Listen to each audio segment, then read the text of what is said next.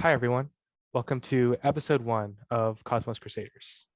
Because this is our first episode, we wanted to start out by giving a little bit of introduction to ourselves, the host of the show, and also a little bit of an idea for why we actually started this.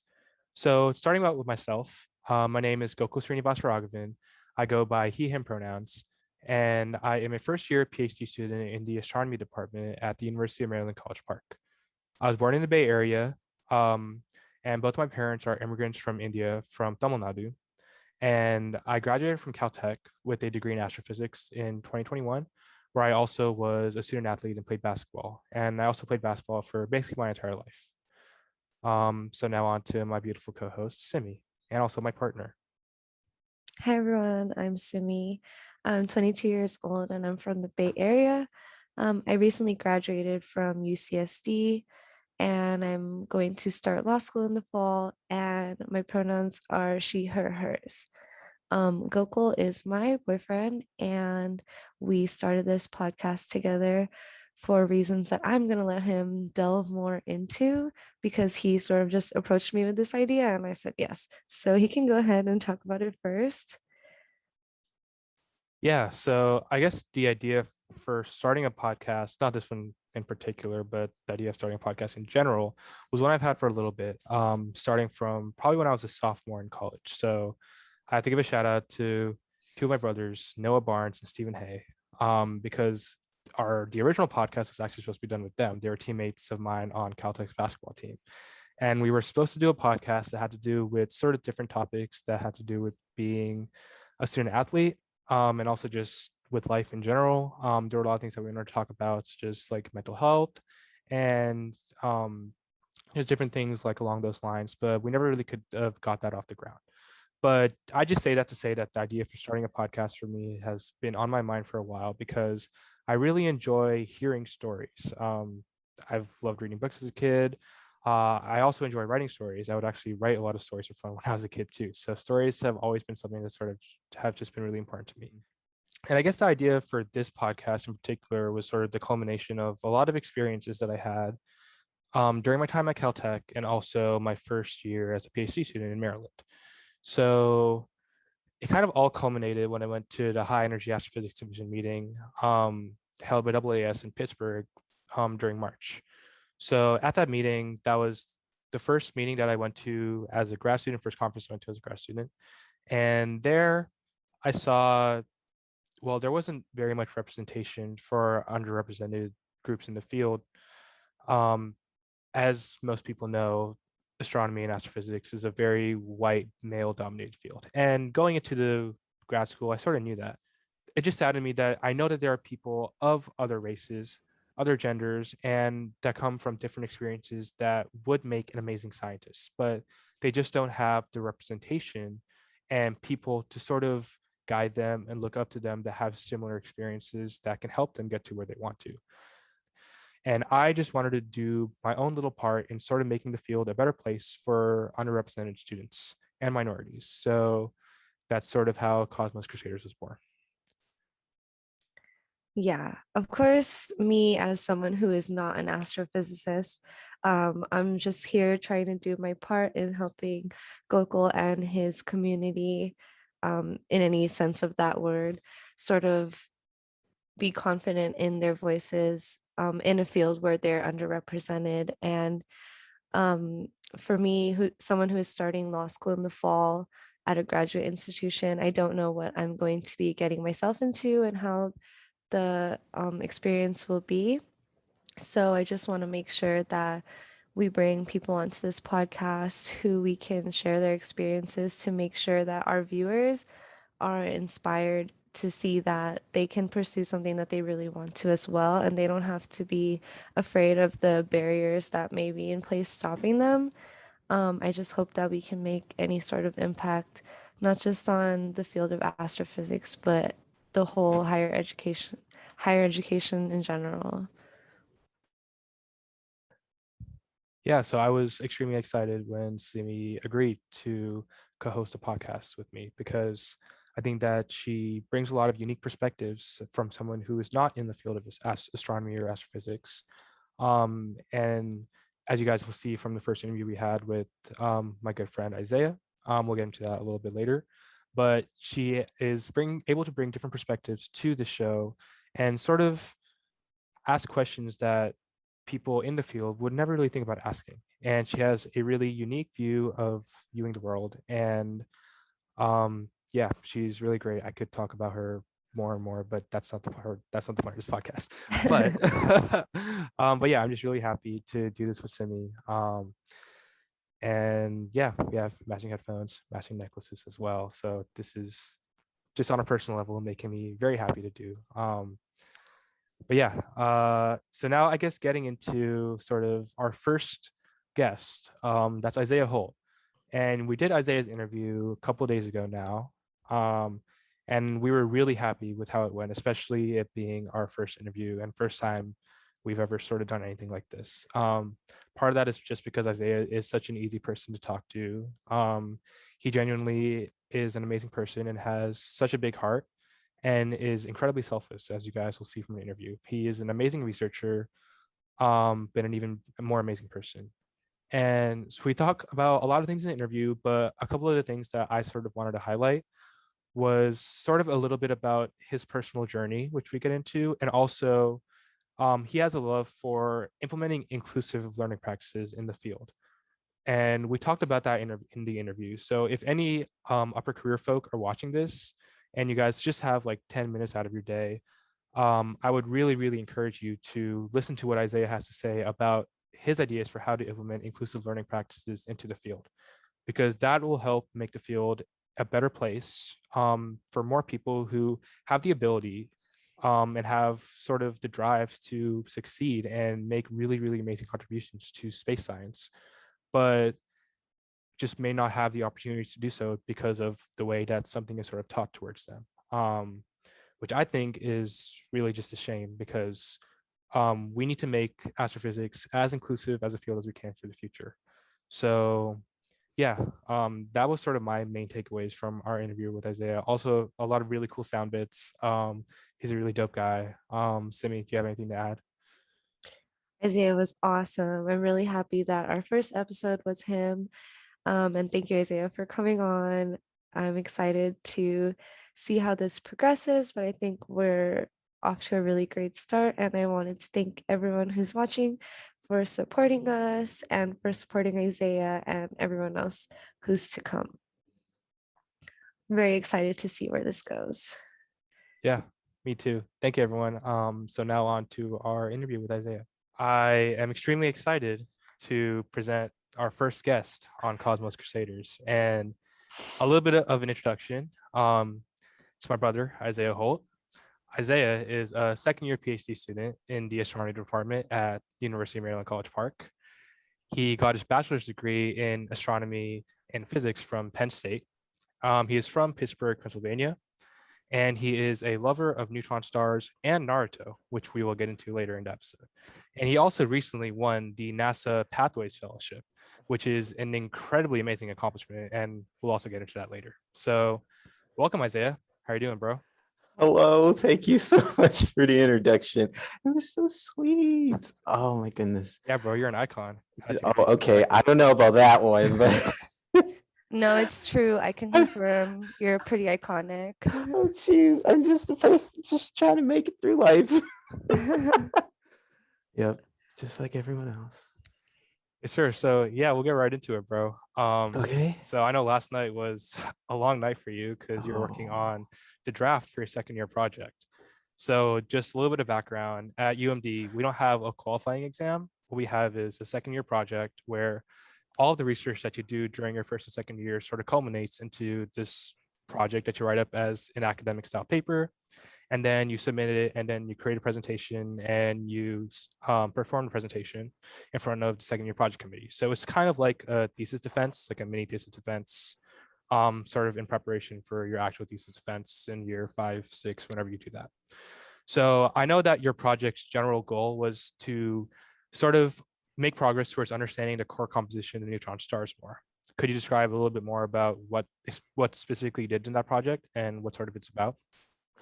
Yeah, so there's this mission at NASA called NICER, the Neutron Star Interior Composition Explorer. And that mission looks at pulsars, and the main goal of this mission is to determine what the core composition is of these neutron stars. Unfortunately, we can't just go to the neutron star and do direct experiments on them. So we have to use indirect methods to learn about this core composition, meaning measuring its bulk properties, for example, radius, mass, and tidal deformability. In my project, I'm trying to make sure we get it right, if that makes sense. So I'm trying to see if it's possible that the radius and mass, more so the radius, is affected by this thing called systematic errors. This means that when we fit a model to the data, if we get when we get a statistically good fit, that raises great like green flags, but the radius could be somewhere far off from the expected value. So in statistics, when we fit models to data and we see that, okay, looks pretty good, we stop there, but that can kind of have some problems with that. For the example I just talked about, when you could have a good fit to the data, but your radius value not be accurate at all. So how do we track this stuff down? Let me think. Gotcha. So we are generating a bunch of synthetic data. I'm not using NICER data right now. So we're generating synthetic data using models that describe the light that is coming from the neutron star and fitting a bunch of incorrect models to this data to see how the radius reacts. So I think there's 3 cases that is important to note. If the radius value is consistent with our expectation and the fit is good, then that's okay. If the radius is not consistent with the expected value and the fit is bad, that is also okay because we were alerted that something happened. But if the fit is good and the radius is not consistent with our expectation, then something is wrong and we need to think about it. So that's something I've been trying to do for the past 2 years. And you're right, I am doing my second year project on that. And so far I'd say I scratched the surface, but this will be my PhD project. So we'll be doing a bunch of model fitting and taking it from there. But it's kind of something my advisor has said is that, we don't want to get punched in the jaw, but if we do, we need to figure out why that happened. That's a very cool thing to say. Yeah. Yeah. For sure, bro. Yeah, that's really cool. Yeah, so hey, Simi, I think you wanted to ask the next question. Okay, yeah. Well, I've personally never taken a physics class, like even in high school. So when you guys talk about your research, like it doesn't really sink into my brain. So how would you go across like describing your research to someone with no like scientific background? Like what even is a neutron star? Oh, that's a great question. Okay. So what is a neutron star? Okay. So I'm going to play a little bit on how stars evolve with time. So you have this big massive star. Cool. It's moving along its life cycle, but what's going on inside of its core, there's a lot of burning going on, burning of elements like hydrogen, helium, carbon. And this burning is a result of this, I'll say battle between pressure. So pressure going going towards moving out of the star, and then that's versing the gravity that wants to compress the star. So burning's happening, you got hydrogen, helium, carbon. That goes all the way up to iron, because once you get to iron, that is considered to be ash. There's no more energy being outputted, so that doesn't fuel the pressure, the outward pressure. So what happens? You start collapse. Star collapses, and then you get this shock wave of this thing called a supernova. A bunch of matter is just pushing out into space, and then what you're left with, depending on the mass of the star, is a neutron star. Now, yeah, yeah. So that's really cool. Yeah. Well, Simi hears me talk about supernova all the time. Okay. Yeah. Cool. But I never made that connection. So a little bit of the anatomy of a neutron star is that there's an atmosphere, there's a crust, and then there's a core. So in the atmosphere, you have your protons, neutrons, electrons, mostly protons and electrons, I think. And then as you move down towards the top crust layer, you have elements like iron, other nuclei, and then it gets interesting when you start going down further, because neutron stars are extremely dense. And I'll get to a comparison when we get to the core part. But in the crust, moving down, the protons, electrons are getting closer to each other. And as you keep going down, the density increases. So they start hanging out a little bit more. At some point, they combine, and then you get your neutrons. Keep going down further towards the core. These neutrons in their nuclei start to drip out. So meaning that neutrons can exist, they can move around freely outside their nuclei. And then keep going down. I won't go into this thing called nuclear pasta, but a lot of things are getting stretched, pulled, and sheets are showing up, all that jazz. But now we're at the core, and we don't know what's going on. We don't know what the composition is, because it's some form of matter that we don't know anything about. But the density is, oh my goodness, extremely dense. And here's the analogy. So I've been told that if you take the entire human population and put it in a teaspoon, that is about the density of the core matter. So that's pretty wild. And there's a lot of people on this earth. Yeah. Yeah. Wow, these things that you guys study are like so hard to comprehend, because the numbers are so big, everything is so far away, makes you feel very small.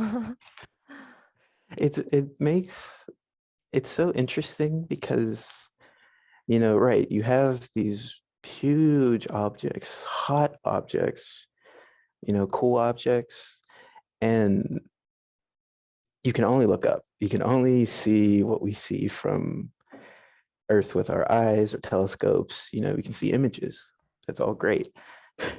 It's really hard to imagine what it would be like if you went to those objects, because of all the astrophysical things that go on. So it's really, it feels, I call it, what do I call it?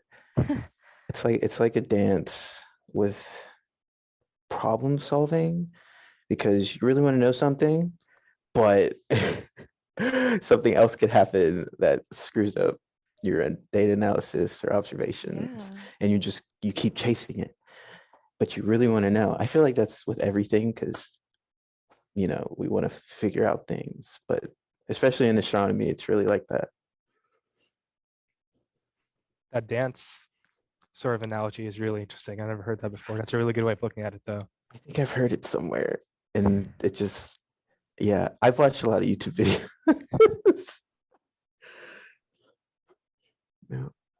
Yeah, it's sick, bro. Neutron stars are really amazing. If there's one person that probably loves neutron stars more than you, it has to be your advisor, Cole Miller.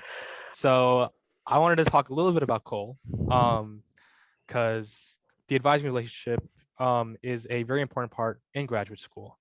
A lot of people say that picking your advisor sort of determines your trajectory in graduate school and your experience. So Cole has a very different sort of academic experience than me and you have had, because he is quite literally a child prodigy. He graduated with his PhD from Caltech when he was 21, which means he probably went to undergrad when he was like 12 or 13. Um, so I wanted to just ask sort of how that relationship is between you guys, especially because you guys have had such different experiences, and what it's like to work for Cole. I That's a great question. Very detailed question. So when I was applying to UMD, I had this idea of what objects I'd be interested in studying. And pulsars were one of them. Yeah, neutron stars. Something radio astronomy has been something I've wanted to do since Pulsar Search Collaboratory at Penn State. So I was doing some research on UMD's website, and yeah, Cole came up, and I saw the list of accomplishments. I didn't even see the the date that he got his degrees. That completely went over me. But I saw that, he has a lot of interesting titled papers, and he's on YouTube a lot giving talks and stuff like that. I was able to watch a couple of those, though when I just got here, which was about 2 years ago, I understood none of it because there's so much information that he just talks about. It's incredible. But when I started working with him, it kind of challenges me to think more deeply about things. So I have a hard time asking questions and, you know, going the next step in some topic or something like that. But when we have our discussions in our weekly meetings, it's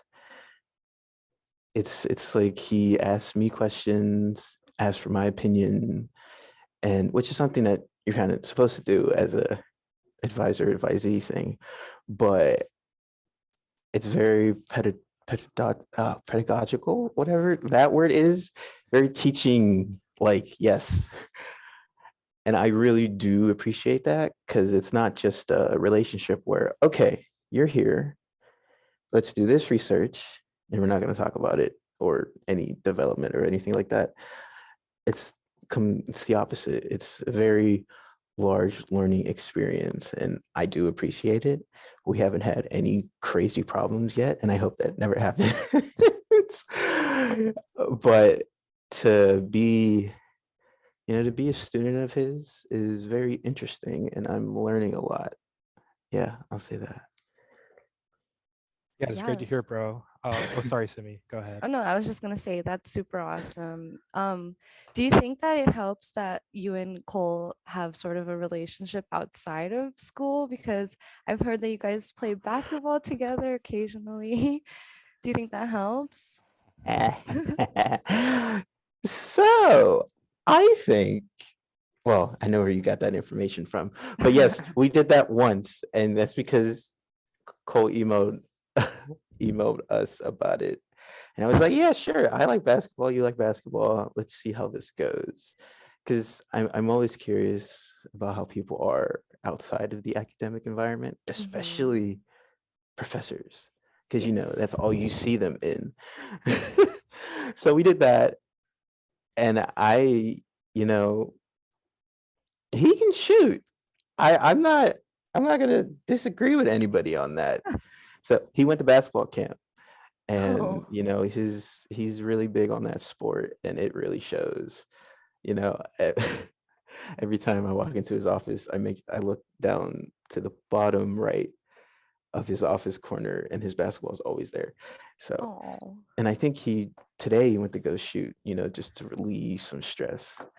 So once this second year's over, and my project's done, I'm like, I will join you more often because I need to fix my shot.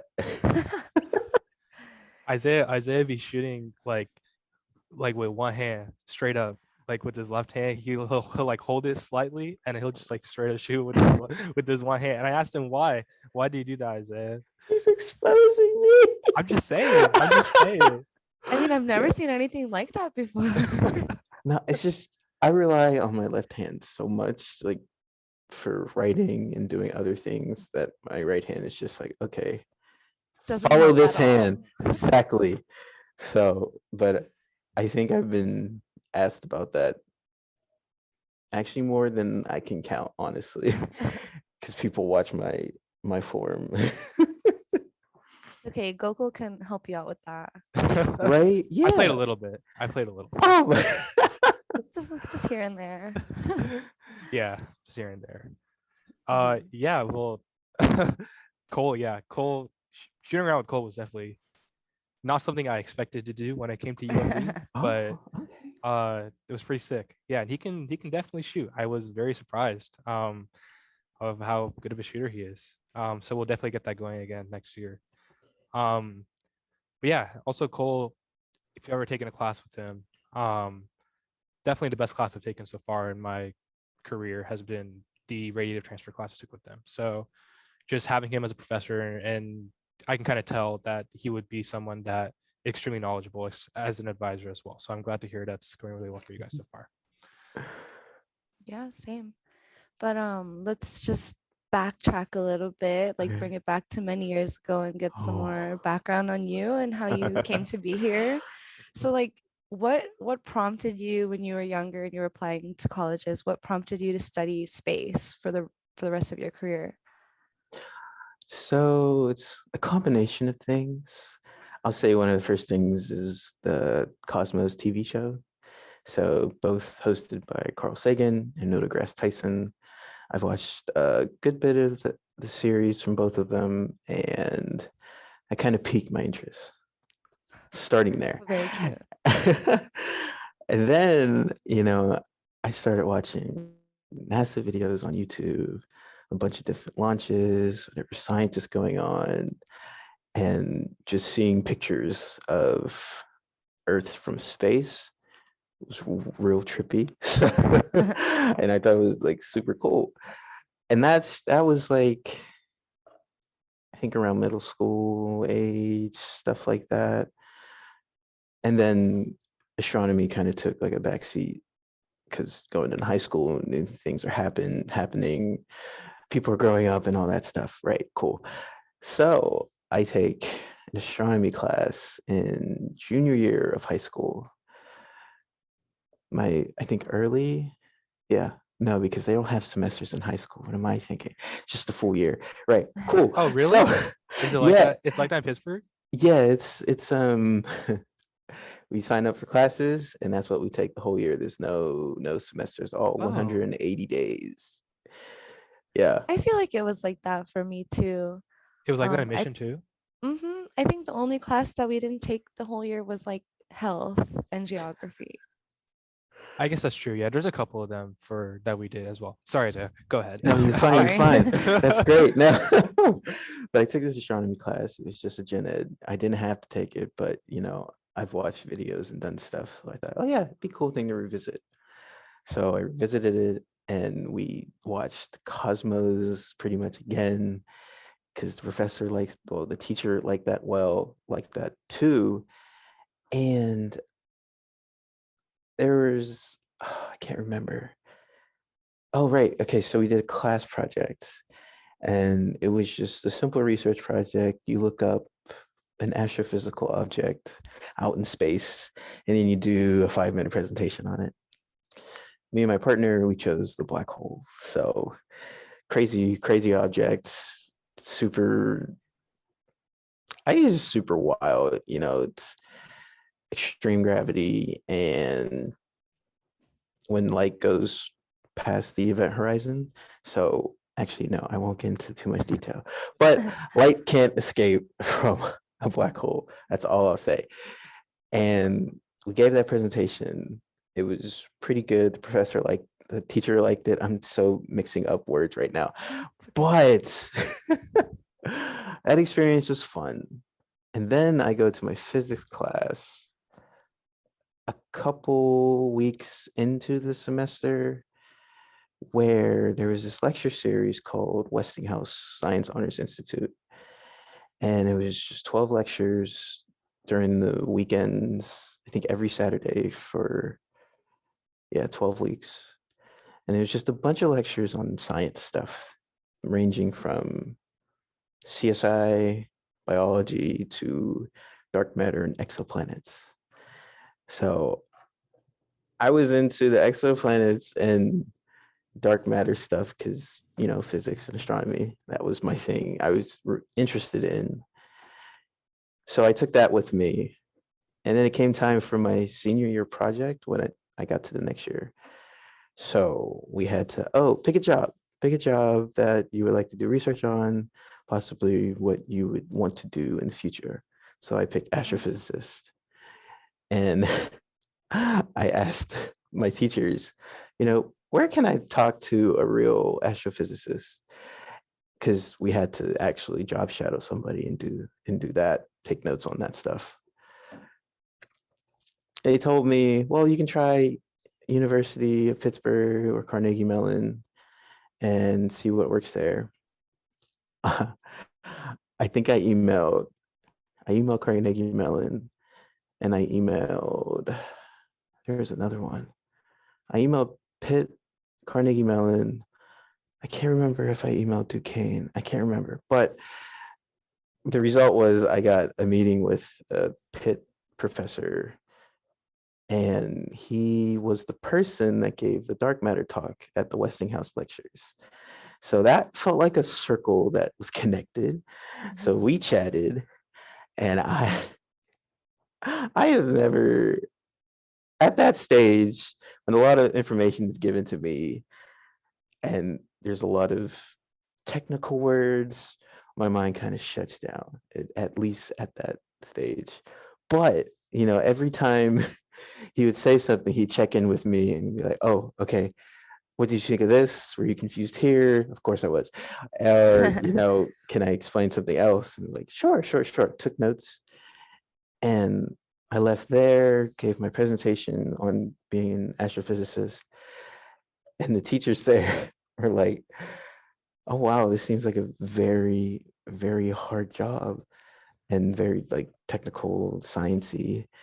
And it's like, can you actually do that as a career? I said, yeah, I looked it up. It's you can be a NASA astrophysicist, you can be a professor at a university, you can do these things. And that's kind of what pushed me to make it my undergraduate major at Penn State. So yeah. That's awesome. Yeah, a real full circle moment for sure. Yeah. Yeah, that's awesome, bro. It's funny that you're interested in exoplanets. Yes. Yeah, Have you told Arjun that? He would be elated. Yes, I did. And I think when I first met him, I was like, because I was wearing my HPF Newage shirt from Penn State. Those are two spectrographs that does exoplanet stuff. Yeah, I thought it was a really good gig, but I just rediscovered my liking for neutron stars. Yeah. Just a bit of background. Arjun is another second year in our department, and he is an absolute exoplanet lover. He tries to convert people to study exoplanets because he thinks they're so cool. He's mostly joking about it, but Oh my he's pretty goodness. convincing. He's pretty convincing. And honestly, my love for exoplanets has grown ever since meeting him. So he does a good job about it. yeah. I too am an exoplanet lover now. All right. Yes. Yeah, so next question I wanted to ask is a little bit about your experiences at Penn State. So just like to begin with, I guess, how would you sort of describe the culture of the department at Penn State? Very academic. I'll say that. It's, pretty hard in the books, or I should say, it's they do a lot of good science. I'll say Penn State does. Penn State Astro. So when I got there, my first semester, I didn't quite take classes in the Astro department yet. It's just weird system where you take a bunch of physics classes and math classes, and then you take in the major Astro class in your sophomore year. So that class was a wake-up call for me. It was so hard. It was a big survey class talking about things from asteroids to cosmology. That's such a big range. And, we did it all within a span of a year because it's two separate classes that broke that up. And honestly, even though it was hard, it was extremely hard because I'm coming from just a different mindset of thinking about science and math in a certain way. But it really forced me to adjust how I read open-ended problems, how I think about, a problem with Kepler's orbits or something like that.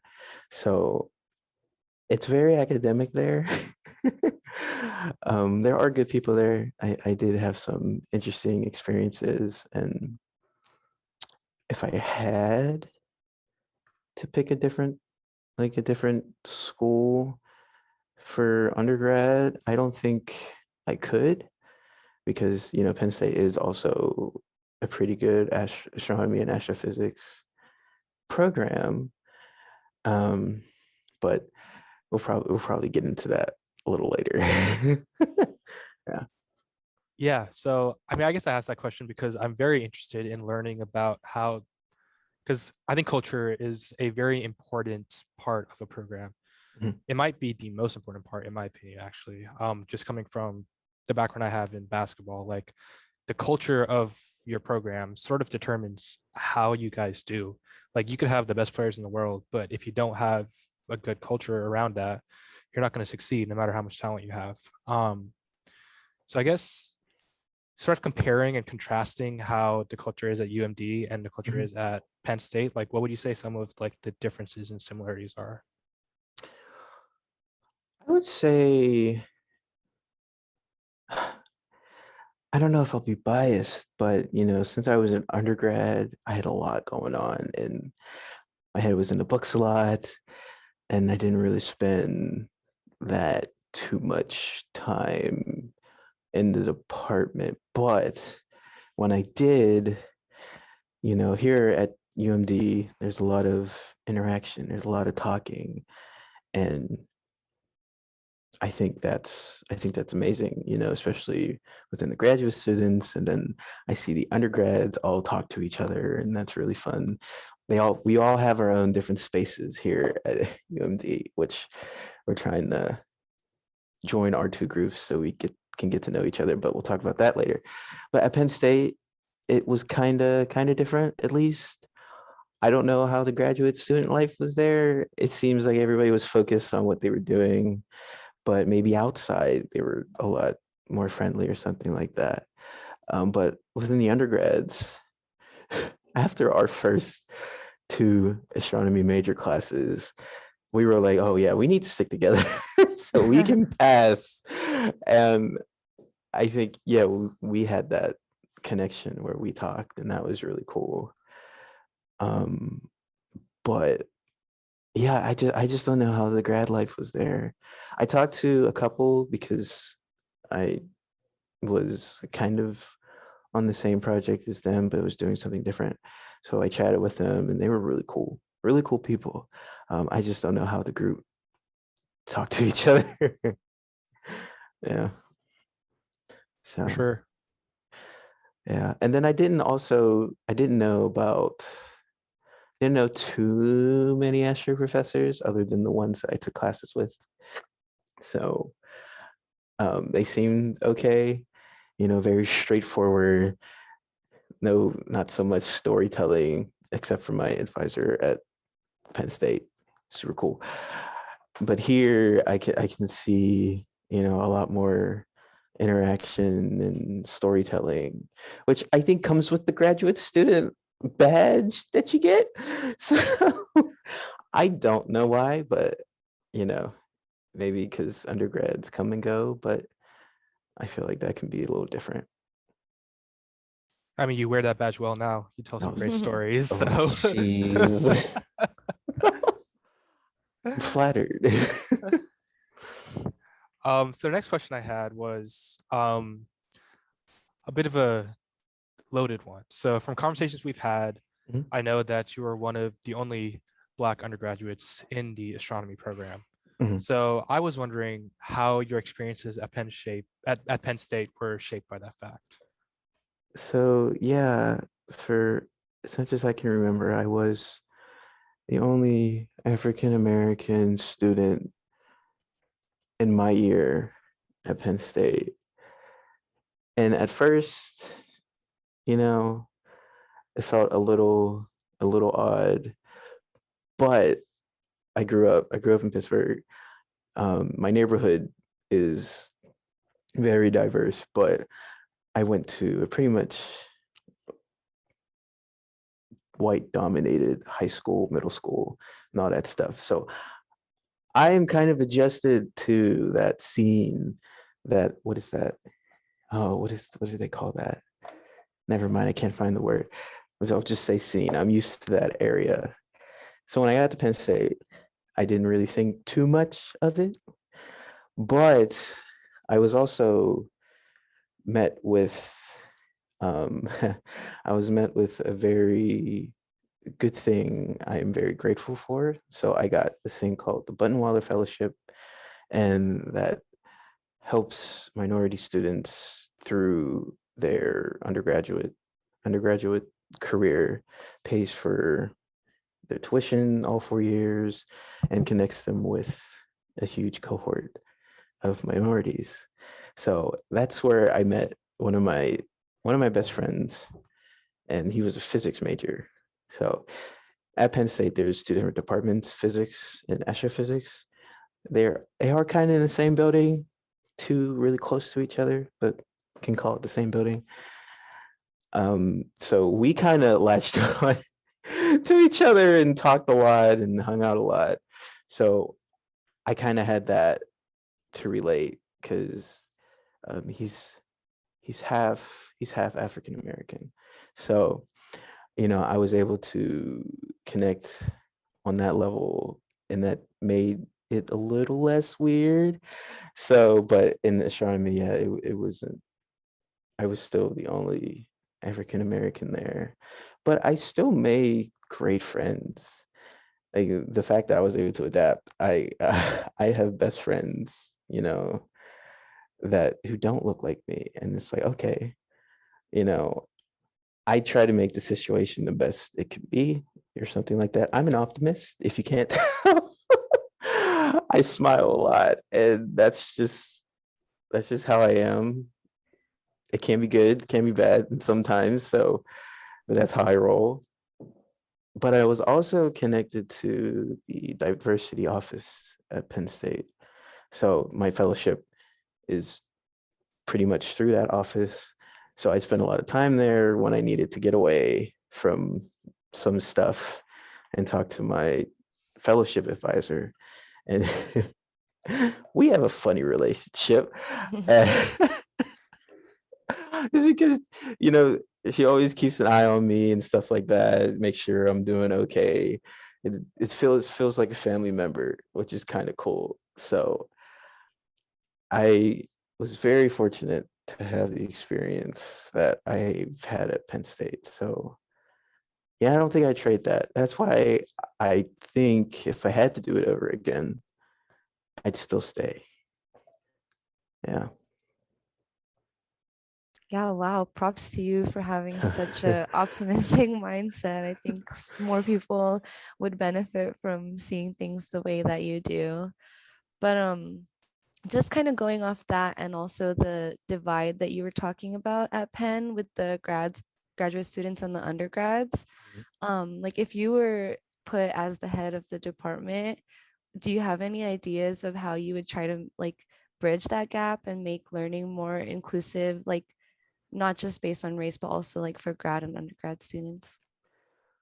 I think if I had that decision, at least on the first day of classes, maybe have some type of mixer or something like that, where Mhm. everybody can get in one room and talk to each other, see what's going on. And you can even, you know, scientists like to do science things. It can even be a poster session or something like that. But I know people can get intimidated by just, oh, plopping right into research. So that may not always be the best way. But some sort of, you know, get together, meet and greet, something like that. Because I don't remember that happening when I got there. But yeah, no, I think the fact that we're in the same department, I feel like we should know each other a little bit more. I know we're busy. Both groups have a lot of other things to do, but Mhm. I'd walk down the hallway and, you know, I feel like, I'd say, oh yeah, this is so and so. I'd like to say hi or something like that. So yeah, really wasn't that connection. And if I had a decision, I just have a little meet and greet. Maybe that can do something, and I think that would carry relationships farther. But other people may have better ideas. I think that's a great idea. I mean, it's really exciting that you both have been working on these like EDI initiatives at UMD, so you guys could definitely implement something like that over there. But that's a great idea. Just like kind of transitioning from that, like why did you choose UMD for grad school? Like did you kind of know about the environment there beforehand? Did you have many other options? So when I was doing graduate school applications, UMD was not on my list at the beginning. Wow. So it wasn't until I went to AAS in January of 2020. And that after I gave my poster session, somebody came by and we chatted about the poster and then chatted about graduate school. And I'm like, oh yeah, cool. The person asked, have you ever thought about applying to UMD? And I was like, no, I never thought about it. And he said that, oh, well, you should give it a shot because there's some cool people that do this type of research. At the time, I was doing fast radio bursts, and I was like, yeah, I'll give it a shot. So I go on my phone right then and there to see when the application deadline was, and I think it passed at the time.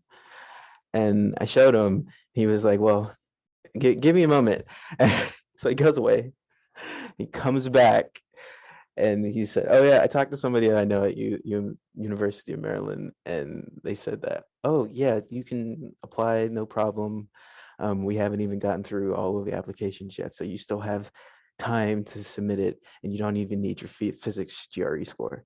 And I'm flabbergasted. I'm like, oh, deadlines, they can be a little flexible. That's incredible. So you know what I do after after that discussion, I went back to my hotel and then I applied on my bed.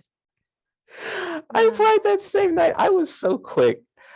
And the funny thing was, I think that was the first school I heard I heard back from. Like you were on the wait list or something like that. That was just schools I didn't hear from yet, but UMD was quick, and I thought that was really cool.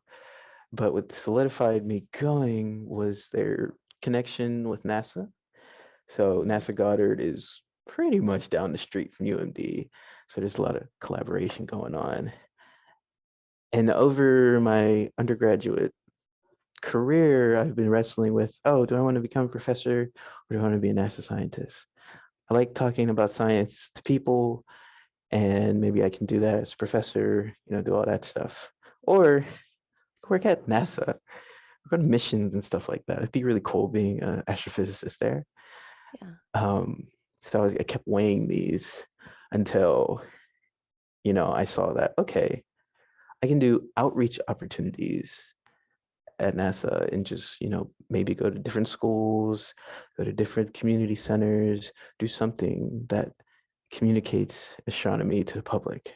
And I feel like that scratches my itch for, communicating science. So the NASA astrophysicist shot up, and I'm like, yeah, I want to do this. It's gonna be great. I'm gonna do everything I can to get to NASA one day. I got 6 years, but I'm gonna do it one way or another. Yeah. Wow, that's crazy, bro. I did not know that's how you applied to UMD. Shout out Derek. Like it must have been Derek Richardson. He's been the head of the admissions committee for the past 3 years. So it must have been him who was like, yeah, we're not done with the application yet. Just let him submit it. So it turned out to be Eliza Oh, it was that was Eliza. Oh, was that before yes, Derek started? Oh, I okay. think so. Yeah. Okay. Shout out Eliza then. That's why you're here. Pretty much. So oh my goodness, all these experiences that has happened to me, I'm so grateful to those people. I swear. Yeah. That's great, bro. Yeah, so sort of moving on, I guess, into your life at UMD. We're both part of EDI, the Equity, Diversity, and Inclusivity Committee, whose aim is to improve the environment when it comes to underrepresented groups in not only the department here, but also sort of the field of astronomy and physics in general. And also ACE, which is a program that we have started in place to, honestly, what does it stand for again? Astronomy community engagement. That's what it was. Astronomy community engagement. Yeah. So, which is sort of put in place to increase interactions and sort of build a community between the undergraduate students and graduate students, because that's sort of not seen in a lot of institutions. And we kind of want to change that here. So, I guess I wanted to ask a couple of things about the stuff that you're involved with. First off, what sort of prompted you to play such a big role in these organizations? Because you put in a lot of your effort into making changes and sort of making this community a better place for people that don't have the representation that other groups might have in the field. So I guess what sort of prompts you to have the energy to continue to input so much, I don't know, just like passion into these endeavors, especially when there are instances where we're met with resistance, especially from senior faculty members at times where they don't really show the support that we deserve for these initiatives. Also in place in the, because I know we've had conversations where you told me that your mindset in undergraduate was sort of like tunnel vision, like I'm going to focus on myself and I'm going to get to where I need to be for my career so I can eventually get to NASA or be a professor or whatever. So yeah, sorry, a bit of a loaded question, but yeah. Oh, you got the first half of that answer. Yes. In undergraduate, I knew what I wanted. I know what I wanted to do. So, I put on my blinders and I go. I went and I'm like, I want to set myself up where I can have the opportunity to be a NASA astrophysicist. Now that I'm in grad school, I feel there's really no need for those blinders anymore because I'm in a position where I can do things now for other people. I'll say like I've made it. I've gotten past the undergraduate grades, test scores, and all that stuff. And I was just me, myself, and my research. So, but just doing research isn't fulfilling enough. I want to be able to do things for other people. Community engagement would be in my first thought. Yeah, community engagement would be great because I like to talk to people, and being able to merge the graduate and undergraduate student bodies together, that'd be just great. If we knew each other, I feel like things would go a lot more smoothly in the department, and we can just hang out. That'd be great. So that's part of it. And then the other part is graduate students. I am so glad I chose this place for graduate school because the graduate students, we're so cool with each other. at least that I know of. So I can't speak for everybody, but we talk a lot, we hang out a lot, we're honest with each other. That's a big thing. So, we can tell each other when something's not it or when something is it. That's great. And we'll always back each other up. And I feel like that's a great foundation. So even when times get tough, we have each other. So I think that's a really good thing. It's so like reassuring to hear that you're comfortable around your grad students, your fellow grad students, and you're really trying to like make a difference. It's really inspiring. But like you have a couple years left in the program. What are some like goals that you really want to see be set into place for inclusive learning practices by the time that you leave? That's a great question. So I'm really interested in inclusive learning, and I don't know too much about it, but I just want, it's the feeling that I want people to, get everything out of a class that you can get in the right way in terms of teaching. So I'm going to backtrack again. Once I got to Penn State, my first class was physics. Oh, geez, what was the number? Doesn't matter. Introduction to classical mechanics. Yes. So it was in this big room, and there's, I think, like 40 of us. Big room, no traditional desk, like the weird desk, and then the seat right there, just round tables, bunch of chairs around them. And we just sat wherever, and that was our semester seat. And in those tables, that was our team for this semester. We did problems together, we did quizzes together, we did in class, oh, what did in class clickers with each other. We did a lot of things as a team.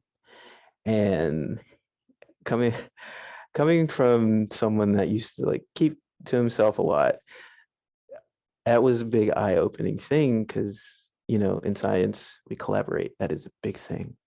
And I think that's the best way to move on in academia or in the industry, as a team.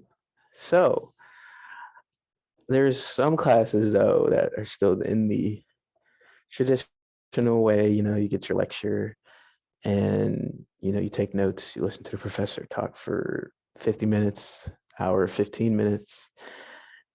I don't know how helpful that is, but at least for me, I know that working in a team, doing some active learning, some reverse classroom stuff, makes me retain the information a lot better, and I don't feel like I am left behind. I really don't.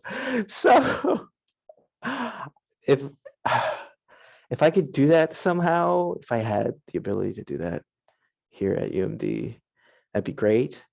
But there's one problem. We have 200-person classes. So I'm like, we have these big lecture hall classes, and there's a lot of wrong things with that. But I think the biggest one is like people get left behind. They feel like, oh, the professor's moving at this speed and I can't keep up. But then there's also like 200 other people in this class that may feel different, and probably wants the class to speed up, but it's the opposite for that other person. So that's a nail in the road. Just trying to figure out what to do with large lecture classes. I guess one of the ideas would be, hire more people or something like that. But then you get into money issues and logistics, and I don't know anything about that. But if somebody, I could be informed on that and talk to people, that'd be great. But, I can't assume anything about money or logistics when it comes to hiring new people. Yeah.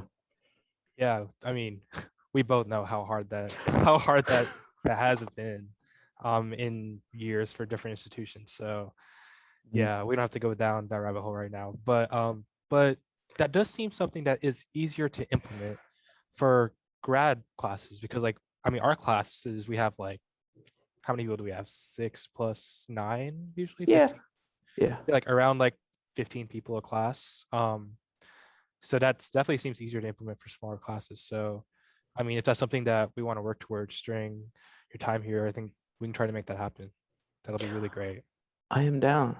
I am down, and I'm also open to, collaborating with people on this. So that'd be really cool.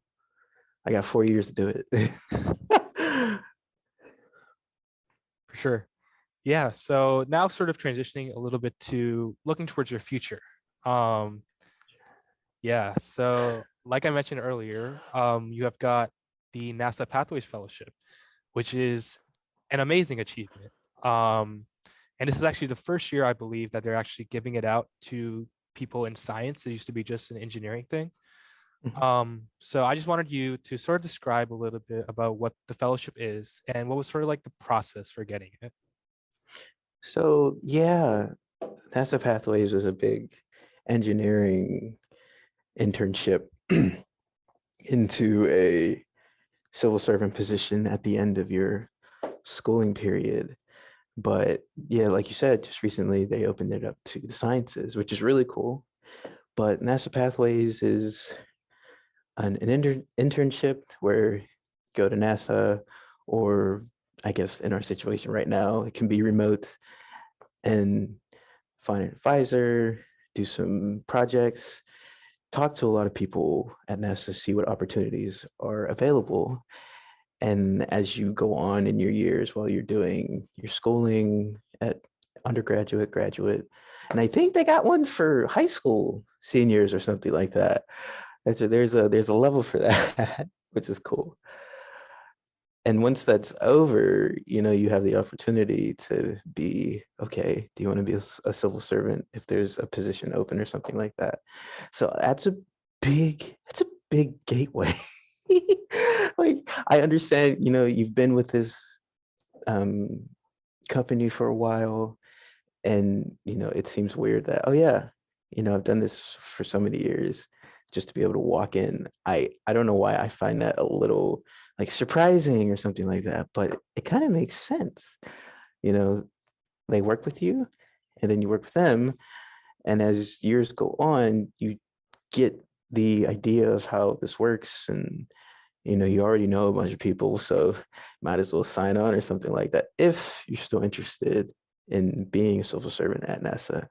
And I am, so I will be there hopefully at the end of my PhD. So, but the application process. So let me think back. I did a lot of information gathering because the last time I was like met with Pathways, this was the job fair at Penn State, and this was for a center in Ohio. So, but it was for engineering, so I didn't do it. But I needed to gather more information for the sciences one. And I talked to a bunch of people, and they gave me so many answers. And I'm like, oh yeah, this is something I think I can get with and try to be a part of. So I applied. There's an application where you do this questionnaire, and then that's automated. So whether the questionnaire passes or, well, if the questionnaire puts your application through to the program officers, they'll look at that, and then interviews may come up. So there's multiple divisions in NASA. So there's solar system, computational, astrophysics, and planetary science, and other things I can't remember right now. So you can get interviews for those. And then if you get selected, you choose interview time, and then you get stressed out, you have anxiety, and then how's the interview going to go, because I went through that. But then when we had it, it was kind of chill, because I think these people want to get to know you a little bit, so they don't ask the hard questions all like that. They ask questions that tell us about something that you experienced or something like that. Tell us a little bit about yourself. So I feel like those questions mean a lot. and it brings the stress level down, at least for me. So that was fun. And after that, I was just in a state of limbo. I'm like, wait, okay, so what's gonna happen? I was told I was gonna hear back at this time. I didn't hear back yet. Things are going slow because probably pandemic stuff, which I understand, yes. But I'm like, oh, when am I gonna know? When am I gonna know? But then I think in January, I think January 3rd, yes, I got an email and it was the subject title was about like NASA pathways. So I have this thing where when I read application responses, there's two words I look for: congratulations and thank you. If it's one of those two things, you kind of know how the rest of the letter is going to go. In some cases, not everything. This one was congratulations. I didn't read it after I saw congratulations because I was already downstairs telling my mom that I got it and we were happy and all that stuff. She was like, "Did you read it?" I know I didn't read it yet. And I was like, "I'll be back." I read it and it was just even more good news. So yeah, that was a wild thing. And I was prepared to be like, well, if I don't get it, that's fine. I'm gonna get to NASA somehow, some way. So that's not gonna stop me if I don't get it. But I guess, yeah, I got it, and I the dream has been met already, I guess.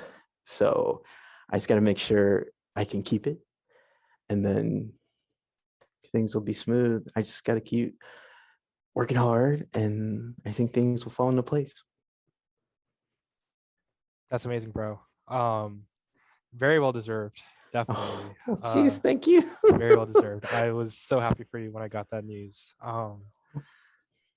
So I guess my next question talks a little, it's getting into a little bit into what we said we weren't going to talk about too much, but finances. So a big reason why me and Simi started this podcast is to highlight the experiences of people that are underrepresented in the field of physics and astronomy, not only their experiences in the academic sphere, but also just sort of in life in general. And a big part of that is dealing with finances as a graduate student, because we are paid a stipend. It's not like an actual like job salary like you would get if you, I don't know, had like a CS job or something like that. We are grateful to have our education paid for and to get paid to study what we want to study, but a lot of the times it is hard to meet to make ends meet, especially in like the economy of today, just with how prices are for everything. So I guess now that you are going to be getting more money from NASA Pathways, do you feel like more financially stable? Has that sort of changed the way that you sort of like look at the next 4 years going? Oh my goodness, yes. The fact, oh, I'm so grateful for this. Oh my gosh, yeah, the fact that I'm financially stable, I can, I can do more things for the community, like maybe try to do a workshop or a class at a community center for anybody who wants to learn about astronomy in the public, because that will cost money, but that's fine because I'll be able to pay for it or something like that. And the freedom to do things for others, when you're stable, I think that's a very good thing, at least for me, because I say things that I want to do, but then it costs money and stuff like that. And it's like, oh, maybe you can raise it or something like that, but I don't know how to do that stuff. I know there's people who know how to do that and we can always collaborate. But I think, yeah, I'm able to give back even more, because I said earlier I had this tunnel vision stuff, but now I'm a graduate student, I can give back in terms of knowledge and experiences, and maybe just do more things for others. This just skyrocketed it. So I oh my goodness, I'm so grateful for that. And I'm a big believer in like hard work pays off. I know it may not be like that in other situations, but I guess I just placed a bet on like getting into NASA some way, and I think I just beat the house. So I don't know. We'll see. I can't jump the gun. Yeah, I gotta pass my PhD. Yeah. Yeah, bro. I mean, you bet on yourself and you put in the work and it paid off. And I just want to highlight that when I asked Isiah about what he's going to do now that he's more financially stable, the first thing that he thought of was about helping his community, helping others. And that's not something that is seen often, especially in the world that we're in today. So So that's just amazing, bro. yeah, thank you.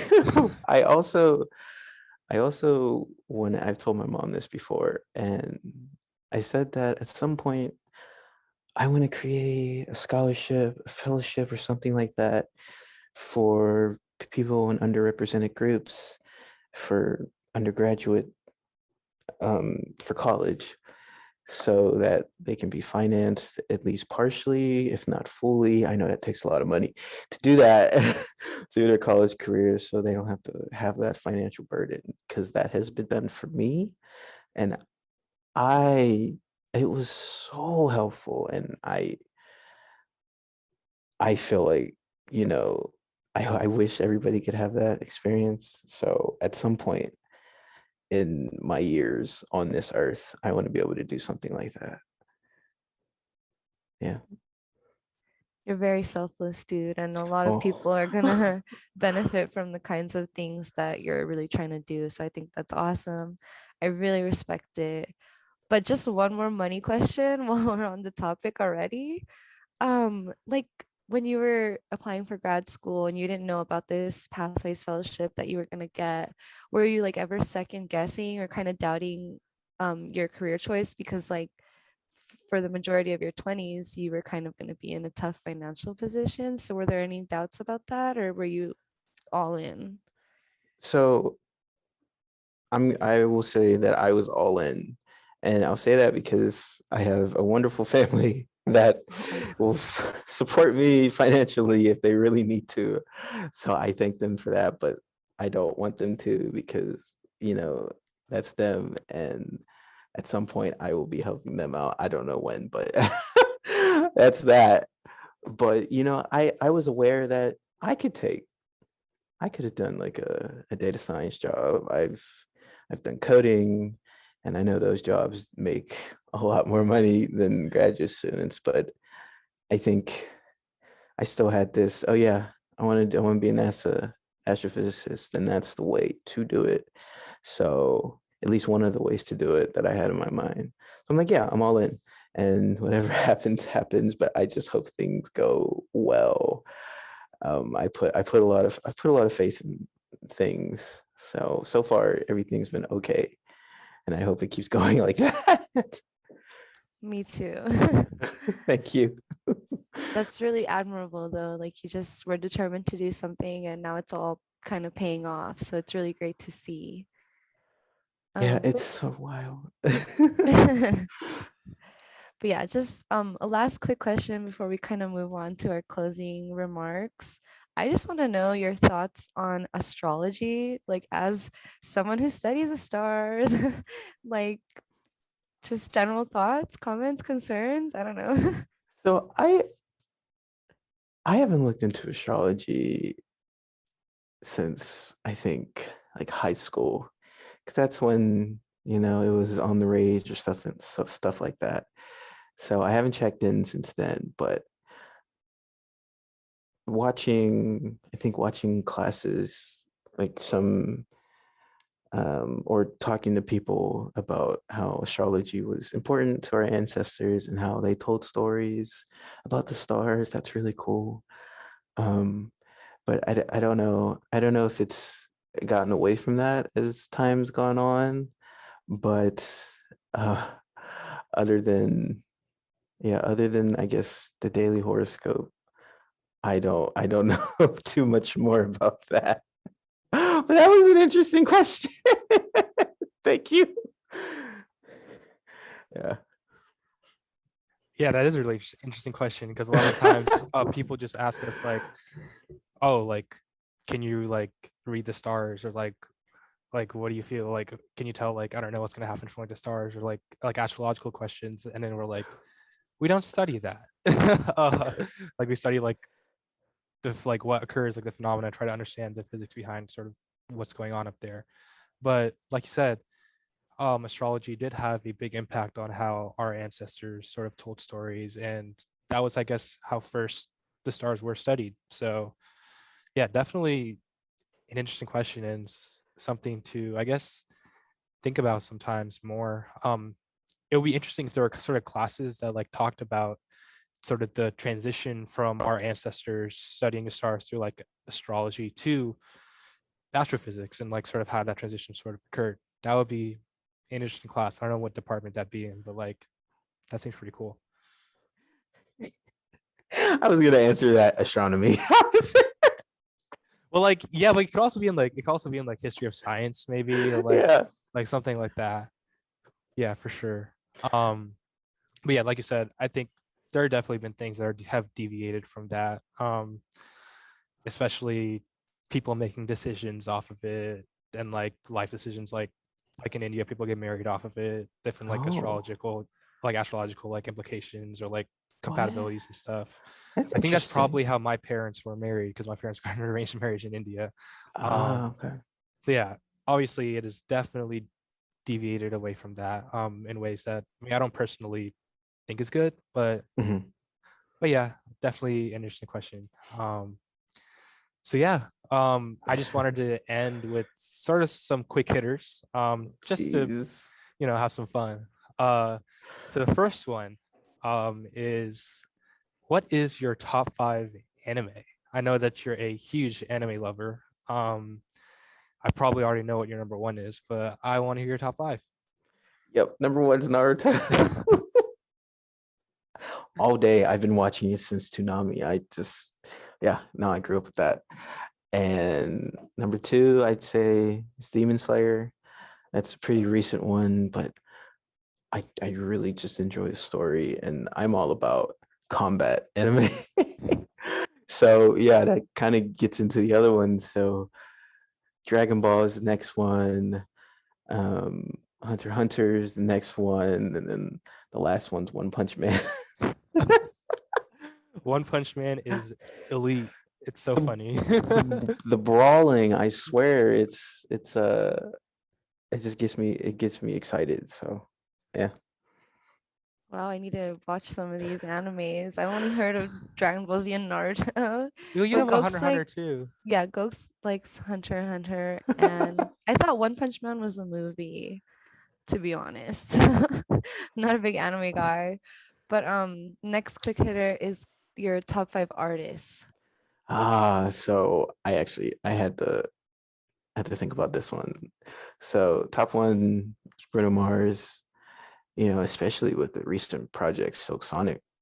I actually have to buy the physical copy because I don't think it's the last time I bought a CD. I don't remember, but that will be the next one. So I'll do that, and then the next one is Logic, and then Usher, and then T-Pain, and then most recent artist that has been a thing, John Lindahl. He just dropped a project called Opening Night, and that's on replay almost every day. So another R&B pop artist. So yeah. Sick. Yeah. Simi loves Bruno Mars and Silk Sonic as well. She has been Hey. playing that nonstop ever since it came out. Like some of the songs have been stuck in my head for like weeks because she kept playing it so much. Bro, just come out of no. You can't help but just dance, yo. You just can't help Facts. or just sing, or try to go. I'm gonna get this era wrong, but I feel like was it 70s or 80s vibe? I feel like it was the 70s vibe. But you want to go and dress up like that, and Yeah, exactly. you feel rich listening to that record. So It's a yeah. different vibe than anything we've really gotten recently, so I like it a lot. So next is top five places that you want to visit in the world. Yeah, so I haven't really planned that one out, but I'll say like the first place would be Kyoto, Japan. Start there and then travel Japan to different places.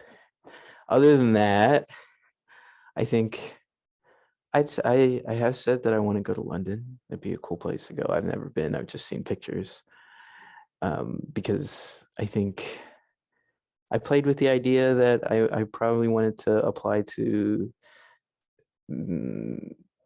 Cambridge in the UK, but I felt like, oh yeah, I'd be too far away, too far away from family at that early stage. So no, but it would be nice to go there one day. And I just feel like Europe would be a great place to go. It's such a broad answer, but there's so many places to go there. Maybe Italy. I know a conference.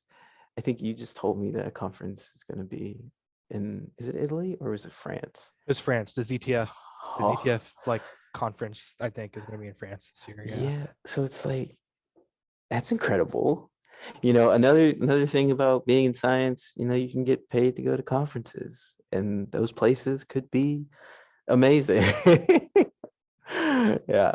High So energy meeting in Hawaii next year. right. So that'll be interesting because the AAS meeting was also in Hawaii then. So it'd be nice, just to get away again.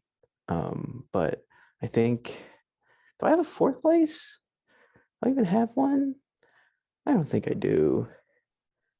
No, I don't know. I was gonna say something crazy like Antarctica, but no, not even. Do you want to go to Nah. Ice Cube? Ice Cube. See, I don't know how people do that down there. I like everything is so you got to get something right because if there's a hole somewhere, you're probably gonna freeze, and I'm like, I can't do that.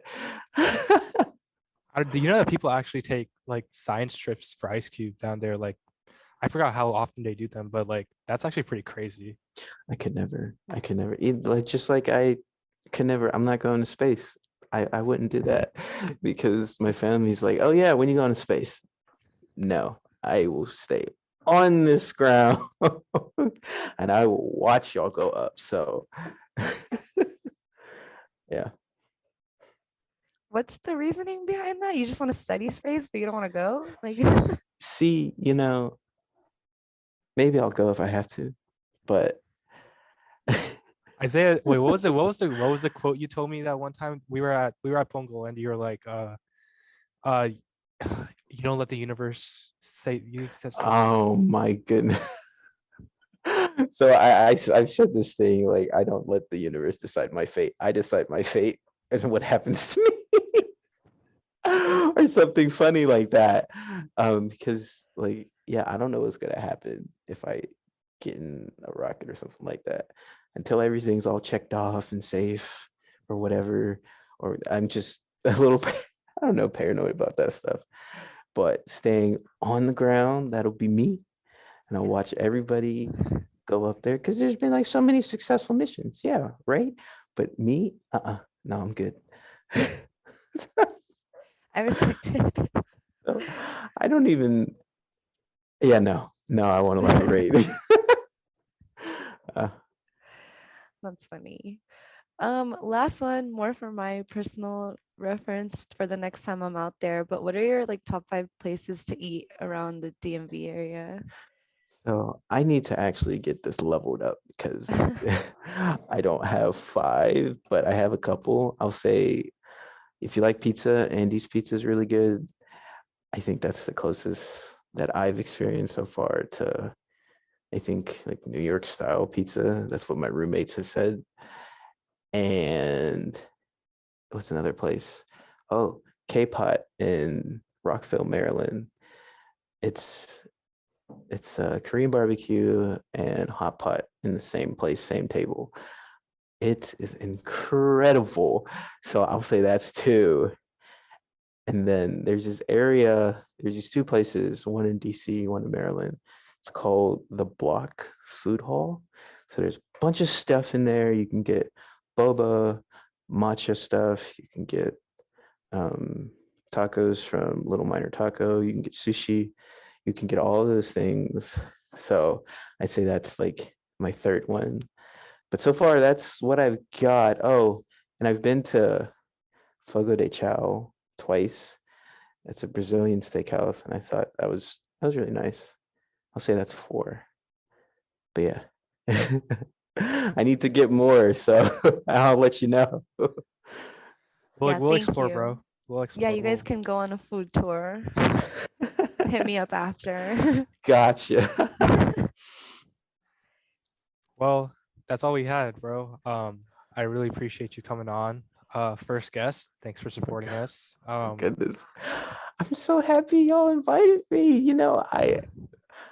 I was low-key, I was very nervous at first, but it's like it's a conversation, Yes. and y'all are super cool.